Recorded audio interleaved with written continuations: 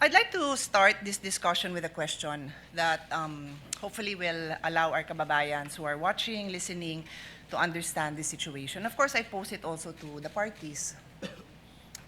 If the government had in mind that there's a business, and of course, a particular businessman or businesswoman who is violating a lot of laws pertaining to the operation of their business, be it customs law, BIR, regulations, can they just proceed and pwede ba silang basta na lang mag-request ng dokumento o mag-file ng kaso na requiring the businessman and the corporation to produce those documents? Pwede ba? So yun ang pag-isipan natin, no? Kasi yun ang tanong eh. Similarly, ginagawan ko lang ng ibang analogy para maintindihan mga kababayan natin. So this is the essence, dear colleagues, parties, of the principle of due process. This is ingrained in our Constitution. Totoo po na may karapatan ang gobyerno at obligasyon ng gobyernong patakbuhin ng maayos ang gobyerno, but it is always with due respect to the rights of every individual Filipino. That is the right to life, liberty, and property. So bago mo sagasaan yung right to life, liberty, and property, siguraduhin mo lang na may basehan ka. Yun lang naman ang sabi. So of course, ako, gusto ko talaga na maayos ang patakbo ng gobyerno para if somebody's life is also in danger, then government has to step up and prevent somebody's liberty. Kasi nga, sinasagasaan niya yung life and liberty ng ibang tao. So it's a balance, no? I think we can all agree it's a balance. So I want to go straight into a landmark case and I will ask both parties for their legal opinions on it kasi it is a legal proceeding. Pero gawin niyo lang simple para hindi masyado complicated para sa mga nakikinig sa atin. So in the landmark case of Stonehill versus Diokno, 1967 pa po to, karamihan ng mga lawyers hindi pa pinapanganak. The importance of due process was highlighted and the Supreme Court discussed 2 points. General warrants are void. Sabi ng Supreme Court, a warrant must be issued on probable cause for one specific offense and must particularly describe the thing being seized. So kailangan particular ang description dun sa warrant. Warrants that leave it to the discretion of the officers serving them to decide what to seize or general warrants are outlawed by the Constitution because they place the sanctity of the home and privacy at the mercy of prosecutors. So sinabi dito na kailangan specific. Take note warrant ito ha, supina naman ang pinag-uusapan natin. Alam ko po yun, pero I'm pointing it out kasi ang magiging tanong ko later on is kung relevant ito sa kaso. Okay? The other principle that was established in Stonehill versus Diokno was the exclusionary rule. Evidence obtained through an unconstitutional search is inadmissible for any purpose in any proceeding. Ito po yung tinatawag na the fruit of the poison tree.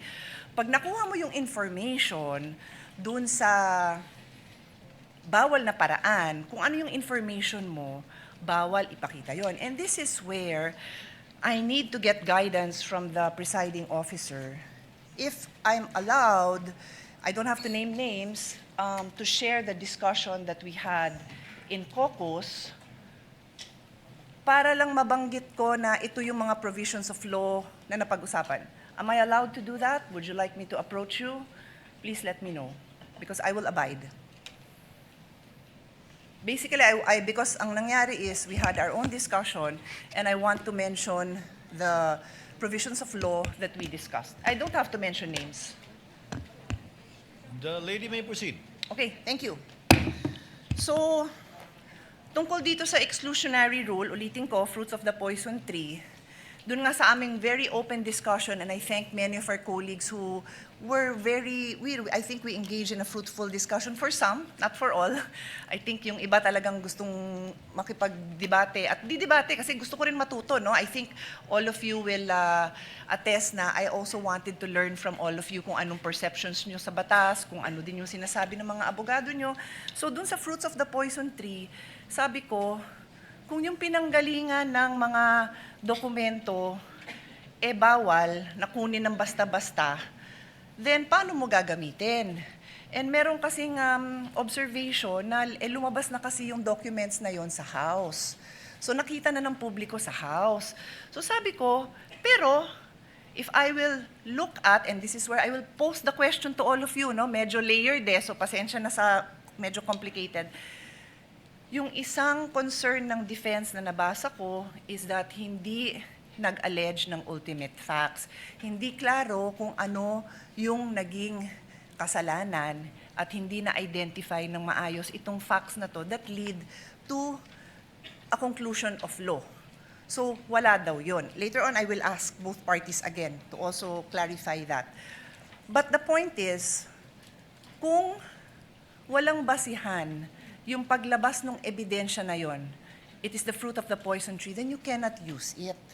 So yun yung importante dito kasi I'm sure nakita nyo no sa korte kahit sabihin nyo pong sa mga legal drama na na-throw out. The case is thrown out because na-violate ang due process. So that's the discussion I want to have. I want to hear both ha. Wala akong kinikilingan dito. I'm just explaining na yun yung argument ng defense na walang due process, kulang, at why prosecution would you say na nasusunod yung due process. And before I give the floor to the parties, yung sinabi kong kaso na Stonehill versus Diokno, very interestingly, involves the esteemed father of our colleague, Congressman Prosecutor Chel Diokno. In the case of Stonehill versus Diokno, the father of Congressman Diokno was the Secretary of Justice. And in this case, the government, through the Secretary and other prosecutors, suspected that Harry Stonehill and his associates and several corporations that they controlled were violating central bank laws, tariff and customs laws, Internal Revenue Code, and the Revised Penal Code. So nag-request sila ng issuance of search warrant. At ang gusto nilang tingnan is books of accounts, financial records, vouchers, receipts, ledgers, etc., and other documents showing all the business transactions.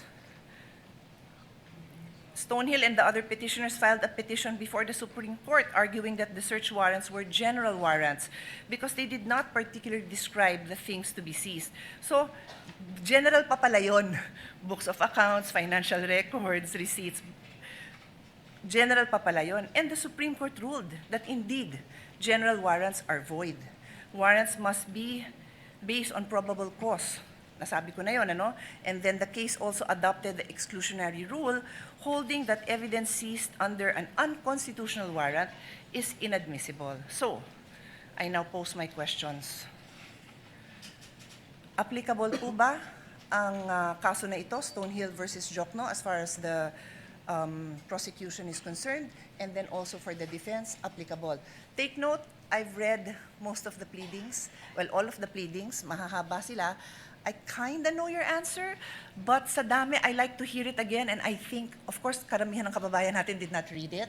So explain natin sa kanila, because this is a landmark case. Kung ikaw ay law student na magbabar, ito yung mga kasong titingnan mo. So malay mo, matanong yan sa bar. So nakatulong man lang tayo dun sa mga bar students na maliwanagan sila. Baka mamaya trick question to. Is it applicable or not? That is my question. I will sit down, and then I will come back for my next. Thank you. Thank you, Your Honor. If I may be recognized. The member of the panel of prosecutors may proceed to give his answer. Thereafter, the counsel for respondent may do so as well. Iba po ang konteksto ng search warrant na naging main issue sa Stonehill versus Diokno. Sa konteksto po natin na sabina ang pinag-uusapan. Ang search warrant po, ang governing law po dyan ay nasa Bill of Rights natin, Article 3, Section 3. At kaya siya nandun dahil very invasive po ang search warrant. Pag ang isang judge ay nag-issue ng search warrant, pwedeng pasukin yung opisina o yung bahay ng person involved, pwedeng halungkatin yung lahat ng mga gamit niya doon sa kanyang opisina o sa kanyang bahay. Kaya po naglagay ng maraming limitasyon ang ating konstitusyon dahil marami ng pang-aabuso, marami ng mga halimbawa ng pang-aabuso na nangyari kahit noon pa. Iba po ang pinag-uusapan natin ngayon. Ang pinag-uusapan natin ngayon ay subpoena. Hindi po ito license to enter an office or to search any place. Ito po ay mismong humihiling lang ng mga dokumentong nakasulat sa loob ng subpoena. Therefore, the contexts are very different. When we speak of a search warrant, I do agree there should be very specific limitations on how that warrant can be enforced. Pagdating naman po sa subpoena, meron din po yan, but that is not governed by the Constitution. It's governed by Rule 21 of the Rules of Civil Procedure, which basically provide that for a subpoena to be valid, it must be relevant and it must be definite. Ibig po sa relevance ay may kinalaman o may kaugnayan yan sa mga kailangan patunayan ng mga facts. At pagdating naman sa definiteness ay klaro kung anong mga iba't ibang dokumento ang hinihingi. In our case, we respectfully submit, Your Honors, that we have met both the standards of relevance and materiality. The BIR records, the bank records, and the records of the Anti-Money Laundering Council are relevant to the facts in issue pertaining to the charges of unexplained wealth.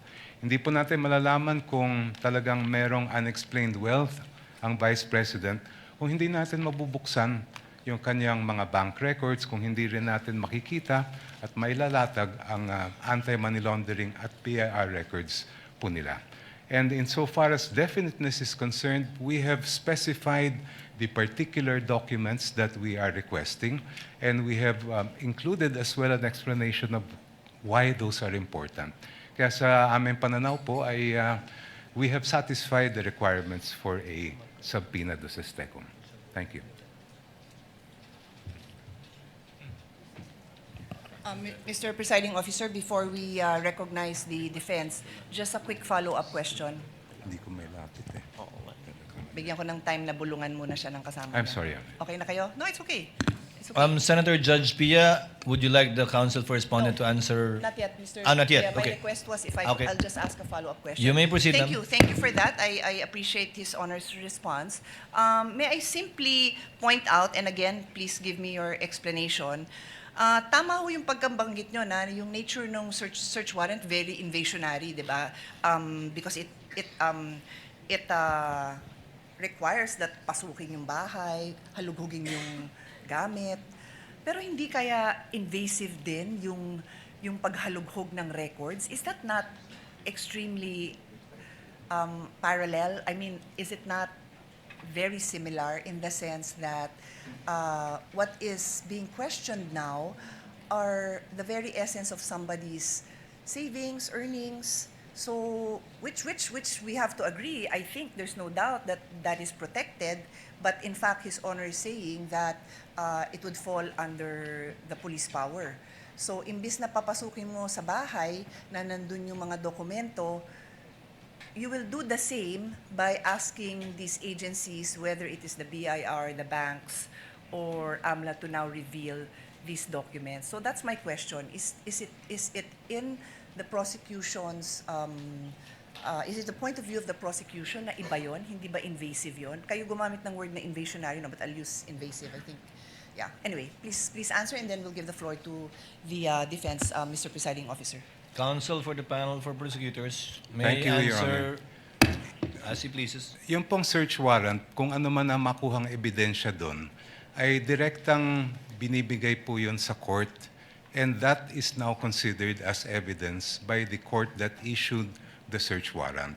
Iba po ang subpoena, dahil pag naglabas ang isang hukuman ng subpoena, itong mga records ay hindi po siya considered yet as evidence. Yan po ay ipoproduce lang, dadalhin lang po sa korte, and now it is up to the parties, and I refer to both parties, to decide which of those documents may be relevant in terms of the evidence that they are that they need to present. Yung pong nakikita po natin sa subpoena, it is not in any way invasive because, as I mentioned earlier, and as pointed out by Senator Enrile when he was the presiding officer in the Corona trial, we are simply having those documents produced. The admissibility of those documents will only be determined after, if offered by the parties. Kaya po sa aming mga pananaw ay malaking-malaki ang pagkaiba ng search warrant sa subpoena.